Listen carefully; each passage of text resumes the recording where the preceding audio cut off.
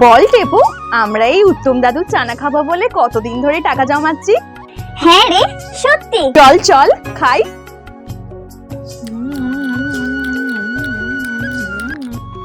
উফ, চানাটা আজকে না পুরো দুর্দান্ত বানিয়েছে। রে, চানাটা আজ দারুণ হয়েছে, আর এই পাতা দিয়ে খেতে অসাধারণ লাগছে। যা, তোর চানাটা পড়ে গেল। কত কষ্ট করে টাকা জমিয়েছি, টিফিনের টাকা জমিয়ে জমিয়ে রেখে দিয়েছিলাম চানাটা খাবো বলে, আর দেখ চানাটা হাত থেকেই পড়ে গেল। ইস, আমার ভাগ্যটাই খারাপ। আচ্ছা ঠিক আছে, তুই মন খারাপ করিস না।